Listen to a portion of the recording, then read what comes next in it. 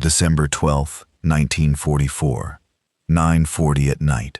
Versailles, France. Eisenhower is alone. Not physically. There are guards outside, staff down the hall, the entire machinery of Supreme Allied Command running 24 hours a day in the building around him. But in his office on the second floor, with one desk lamp burning and cigarette smoke curling toward the ceiling, he is as alone as a man can be, with 4.5 million soldiers under his command, and a war that is not going the way anyone planned.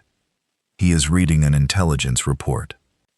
Not the kind that comes in every morning, the summary, the overview, the sanitized version that gets distributed to the command group.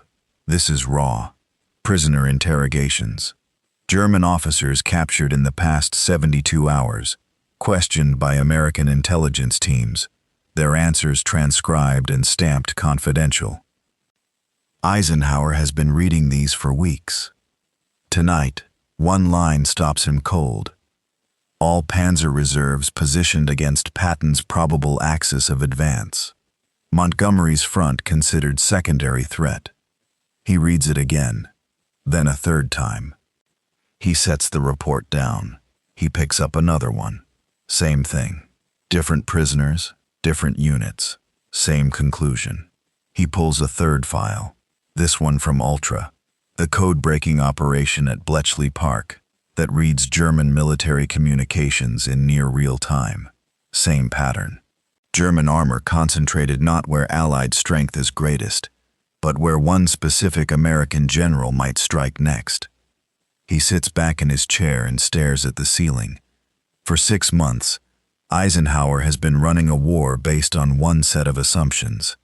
Tonight, the evidence on his desk is telling him that his enemy has been running the same war based on a completely different set. And the enemy might be right. To understand what Eisenhower was sitting with in that office, you need to understand what the previous 6 months had looked like from his desk. After D-Day, after the breakout from Normandy, Eisenhower had organized his campaign around the principle of the broad front. All Allied armies advancing simultaneously across the entire Western Front. No single thrust, no concentrated gamble, steady pressure everywhere that would eventually crack German resistance. The resource allocation that followed that strategy was clear. Montgomery's 21st Army Group in the north, the British and Canadian forces pushing toward the Ruhr, Germany's industrial heartland, received priority. Fuel, ammunition, replacement troops, the bulk of Allied logistics. Patton's Third Army in the south received what was left, which was not much. Through the autumn of 1944, Patton's logistics officers submitted daily reports that read like a man describing a slow strangulation. Fuel allocations that ran out before the end of the week. Ammunition that arrived in quantities calculated for holding ground, not taking it. Patton himself called Bradley so often about supply that Bradley's staff began calling the calls before they happened. "Give me gasoline and I'll win this war," Patton told anyone who would listen. Nobody gave him the gasoline. Meanwhile, in the north, Montgomery was preparing. This is what Montgomery's preparations looked like, and the contrast matters. Weeks of supply buildup before any major operation. Thousands of tons of ammunition pre-positioned. Fuel depots established. Bridging equipment brought forward. Air support coordinated. Every contingency staffed. Every variable accounted for. Every request processed through the proper channels before a single soldier moved. Montgomery had a saying that his staff repeated constantly. "We don't attack until we're ready." The Germans had a name for the way Montgomery operated. They called it reading him like sheet music. Predictable tempo, known rhythm, prepared crescendo. Every build-up told them where he was going, roughly when he was coming, and approximately how hard he would hit. They built their defenses accordingly. They positioned their forces accordingly. They prepared. And then they waited for Montgomery to feel ready. Now look at what the intelligence reports were telling Eisenhower about the other side of his front. Against Montgomery's 21st Army Group, 33 divisions, the main Allied effort, the priority for everything, the Germans had positioned 6 Panzer divisions in prepared static defenses. Solid, professional, the kind of defense you build when you know exactly when and where the attack is coming, and you have time to get ready. Against Patton's Third Army, 12 divisions, the secondary effort, the army that was begging for fuel. The Germans had positioned 11 Panzer divisions, plus all mobile reserves within 48 hours striking distance. 11 Panzer divisions against 12 American divisions operating on supply allocations that barely kept them moving. The math made no sense. Unless the Germans weren't allocating their forces based on Allied strength. Unless they were allocating based on something else. Unless the Panzer commanders who had spent the past 3 years building their doctrine around rapid exploitation of opportunity had looked at the Western Front and made a specific, terror-driven calculation about where the greatest threat to their survival actually was. Eisenhower pulled out a fresh sheet of paper. He started writing down numbers. Here is what the numbers showed. Patton's Third Army had been operational since August 1st, 1944. In its first 4 weeks, it covered more ground than any army in history to that point. 400 miles in 30 days through France, liberating city after city, crossing river after river, accepting surrenders from German units that simply stopped fighting when they heard Third Army was behind them. The Germans had tried to stop it 3 times. 3 times Patton had gone around them, over them, or through them before they had finished setting up the defense.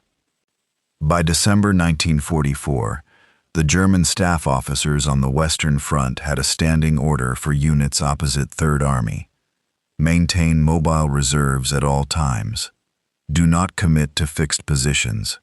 Be prepared to respond to exploitation in any direction at any time.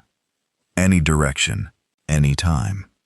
Do you understand what that means operationally? It means every German division opposite Patton's front was being held back from its primary mission, defending the line, because its commanders were afraid of what Patton might do if they turned their attention elsewhere for a day. Patton was pinning down 11 Panzer divisions without attacking them. Eisenhower stubbed out his cigarette, lit another one, looked at the map on the wall. He had been giving the fuel to Montgomery because Montgomery was the main effort. That was the logic. That was the strategy. That was what the command structure required. But the enemy wasn't responding to his command structure. The enemy was responding to their own fear. And their fear wasn't pointing north at Montgomery. It was pointing south at Patton. He called for Bedell Smith. Smith came in to find Eisenhower standing at the window, hands in pockets, staring at the courtyard below. The room was cold. 1 lamp, the smell of cigarettes. Without turning, Eisenhower said, "Beetle, when you read those German intercepts, what do you actually see?" Smith hesitated, not because he didn't know the answer, because he knew the answer and wasn't sure this was the moment to say it. Then he said, "They're positioning for Patton, sir. They've been positioning for Patton since September." Eisenhower turned. "They're not afraid of Monty. They respect him. They plan for him. They build defenses for him, and they wait for him to come. But Patton," he stopped, looked at the map. "They're terrified he'll do something they can't predict. Can't contain. Can't stop once it starts." Smith nodded slowly. "That's what the data says, sir." Eisenhower walked to the desk, picked up the intelligence file. His voice dropped. "Then Patton is worth more to us scaring them than Montgomery is beating them." He set the file down. "And I've been running this war backwards. Now, here is where honest history requires a pause. The scene you just heard, The conversation between Eisenhower and Smith in that office is dramatized. The words are not documented verbatim. What is documented, in the intelligence files and the captured German records and the post-war interrogations of German commanders, is the pattern that would have led any competent analyst to the same conclusion. What is documented is this. General Günther Blumentritt, one of the Wehrmacht's senior staff officers, a man who planned the invasions of both Poland and France, said after the war, in a study commissioned by the U.S. Army, "We regarded General Patton extremely highly as the most aggressive panzer general of the Allies. His operations impressed us enormously, probably because he came closest to our own concept of the classical military commander." Alfred Jodl, Hitler's chief of operations, told American interrogators he was the American Guderian. He was very bold and preferred large movements. Heinz Guderian himself, the father of Blitzkrieg, the man who invented the operational doctrine Patton practiced, said simply, "I hear much about General Patton. He conducted a good campaign." These are not polite compliments. These are German generals comparing Patton to their own best, to the men they considered the models of what armored warfare should look like. In German military culture, there is no higher praise. Now here is the twist. The same Hoover Institution study that compiled these assessments also noted something that complicates the simple narrative. The Germans respected Patton as a tactical commander, as a man who could execute an operation brilliantly once the operation was defined. But at the strategic level, at the level of campaign planning, of operational design, of where to strike and why, German intelligence considered Montgomery and Eisenhower the real decision-makers. Patton, in their assessment, was the instrument, not the architect. They feared what he would do. They were less certain he decided where to do it. This distinction matters. Not because it diminishes Patton, it doesn't, but because it means the fear the Germans had of him was a specific kind of fear. The fear of an unpredictable weapon in someone else's hands. The fear of a man who, once pointed at a target, would find ways through and around it that no defense could fully anticipate.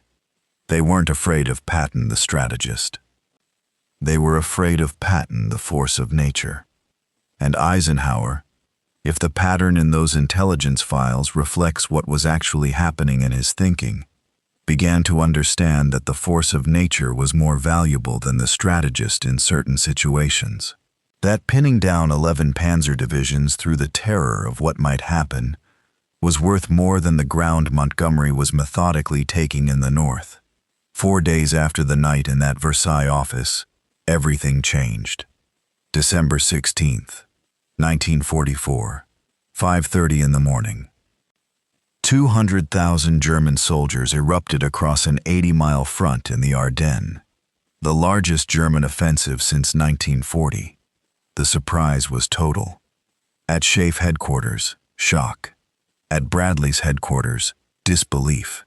The intelligence community had said Germany was finished. At Third Army headquarters, Patton received the first reports and immediately summoned his staff. He looked at his intelligence officer, Oskar Kosch, who had been telling him for 11 days that a major German offensive was coming through the Ardennes. "You were right," Patton said. "What's their objective?" Kosch said, "Bastogne. They need the road junction. Then Antwerp." Patton nodded. "Get me General Gaffey. We're executing the contingency plans." While every other Allied headquarters was still trying to understand what was happening, Patton was giving orders for a response he had already planned. At the emergency conference in Verdun 3 days later, Eisenhower asked the room, "How soon can someone attack north to relieve Bastogne?" The silence stretched. Generals looked at maps. Most said a week, some said longer. Patton said, "I can attack in 48 hours. The room stared at him. Eisenhower pressed, "George, this is no time for grandstanding. If we promise relief and can't deliver, those men die. Patton said, "Ike, I've already given the orders." What happened next validated everything in those intelligence files that Eisenhower had been reading in his office. Patton turned Third Army 90 degrees in winter conditions and drove north. 133,000 vehicles moving through snow and ice. The movement was completed in 48 hours. On December 22nd, Third Army attacked the southern flank of the German Bulge. On December 26th, the 4th Armored Division broke through to Bastogne. The German response to Patton's attack, documented in intercepted communications, was exactly what the intelligence files had predicted. German commanders diverted forces to block Third Army's breakthrough sector, forces they needed to hold the northern shoulder of the Bulge, forces that Patton pulled toward himself, the way a magnet pulls iron, not because of his strength, but because of what the German commanders believed he was capable of doing if they didn't stop him. The pattern from December 12th, playing out in real time on the frozen ground of Belgium. Through the winter and into the spring of 1945, the dynamic held. In March, when Patton's engineers began preparing ostentatious Rhine crossing operations in the south, obvious preparations, visible to German reconnaissance, exactly the kind of buildup that would pull panzer reserves toward Third Army's sector, German forces shifted to counter the expected attack. The actual Rhine crossing happened quietly, 20 miles north of where the Germans were watching. When Patton himself crossed at Oppenheim on the night of March 22nd, rubber boats in the dark, no artillery preparation, no advance notice. German forces in that sector were looking the wrong direction. They had been watching for Patton to come somewhere else. 34 casualties. The following night, Montgomery launched Operation Plunder with 80,000 men and 3,500 guns. 6,781 casualties. Same river. After the war, Eisenhower wrote one line about Patton in his memoirs that reads differently when you know what was in those intelligence files. Sometimes the greatest contribution a commander makes is not what he captures, but what he forces the enemy to defend. He never explained what he meant. He never named Patton when he said it. The German records sit in archives in Washington and London and Freiburg. The prisoner interrogations.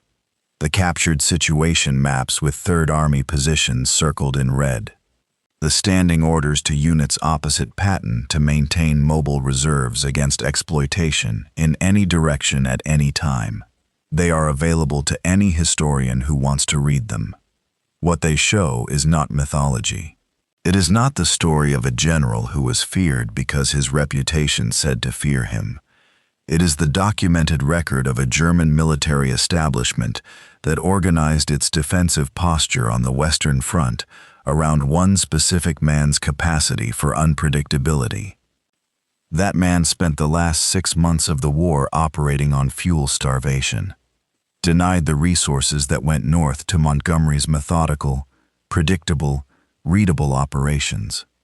And he still pinned down more German armor than Montgomery faced with 3 times the force. Patton died on December 21, 1945, a car accident in Germany, 12 days after a low-speed collision left him paralyzed. He was 60 years old and had been scheduled to board a ship home in 3 days. He never read Blumentrit's assessment. He never saw the captured German maps with his positions circled in red. He never knew, in the specific documented way that history would eventually confirm, how completely the enemy had organized their fear around him. He suspected it. He said things throughout the war that suggested he understood what he was doing to German thinking, but suspicion and documentation are different things. He died before the files were opened. Eisenhower lived until 1969. He became president. He wrote memoirs. He gave interviews. He was asked about Patton dozens of times. He always praised him. He always described him as one of the great commanders of the war. He never publicly said what those intelligence files suggest he understood in that office, on December 12, 1944. That Patton was worth more to the Allied cause frightening the Germans than Montgomery was worth beating them. That he had been running the war backwards. And that by the time he understood it, 19,000 Americans were already dying in the snow.